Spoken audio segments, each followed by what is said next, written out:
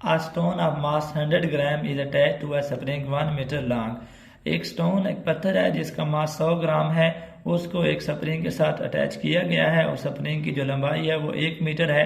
The stone is rotating in a circle with a speed of 5 metre per second. Stone एक circle में rotate कर रहा है 5 metre per second की speed के साथ। Find the tension in the string. तो हमने स्ट्रिंग के अंदर टेंशन को मालूम करना है कि जो स्टोन है जिसका मास 100 ग्राम है उसको एक स्ट्रिंग के साथ अटैच किया गया, सॉरी स्प्रिंग नहीं है, स्ट्रिंग के साथ उसको अटैच किया गया है और स्ट्रिंग की जो लंबाई है वो 1 मीटर है। वो स्टोन सर्कल में रोटेट करता है 5 मीटर पर सेकंड की स्पीड के साथ। हमें उस स्ट्रिंग के अंदर टेंशन मालूम करनी है। तो इसको अगर हम डायग्राम में बनाएं तो हमारे पास वो जो एक पत्थर है जिसको हमने पकड़ा हुआ है, अपना जिसको अटैच किया हुआ है, बंधा हुआ है जो रस्सी के साथ, स्ट्रिंग के साथ, तो वो एक सर्कल में रोटेट कर रहा था। हम देख सकते हैं कि इस तरीके से वो एक सर्कल में जो है ना वो रोटेट कर रहा है। तो हम यहाँ पे देखें अगर, तो यहाँ पे ये कहीं स्टोन मौजूद है जिसका मास हम m ले लेते हैं, 100 ग्राम इसका मास है, ठीक है।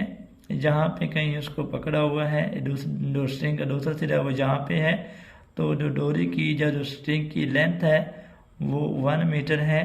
तो ये जो डोरी की लेंथ होगी, क्योंकि वो सर्कल में रोटेट कर रहा है, तो जो लेंथ होगी उस स्ट्रिंग की वो उस सर्कल का जिसमें वो जो स्टोन है रिवॉल्व कर रहा है या रोटेट कर रहा है वो उसका रेडियस बनेगा।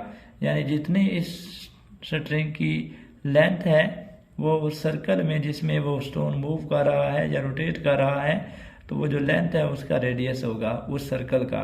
तो इसमें हमारे पास जो डाटा गिवन है, मास स्टोन का 100 ग्राम है, इसको केजी में चेंज करें तो 100 डिवाइड किया 1000 के साथ किलोग्राम, 2 सिफरें से कट गई, 1/10, तो मास आ जाता है 1 किलोग्राम। जो स्पीड है जिसके साथ वो स्टोन मूव कर रहा है 5 मीटर फी सेकेंड है। जो रेडियस है वो 1 मीटर है।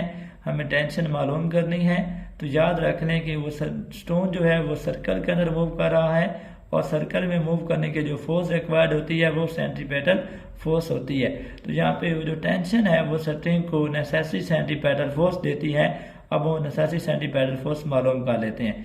यानी टेंशन प्रोवाइड कर रही है वो नेसेसरी सेंट्रीपेटल फोर्स, जिसकी वजह से वो स्टोन उस सर्कल के अंदर रिवॉल्व कर रहा है। और सेंट्रीपेटल फोर्स का फार्मूला होता है m²/r।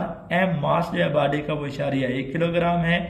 वेलोसिटी जिसके साथ वो स्टोन मूव कर रहा है वो 5 मीटर पर सेकेंड है। 5 ज़्यादा किया, 5 का स्क्वायर आ गया। रेडियस जो है सर्कल का जिसमें स्टोन मूव कर रहा है वो 1 मीटर है। अगर हम इसको मल्टीप्लाई करें, 1 ज़रब 5 का स्क्वायर 25 होता है, 25 को 1 से ज़रब दें 2.5 न्यूटन, तो स्ट्रिंग के अंदर टेंशन होगी वो 2.5 न्यूटन होगी।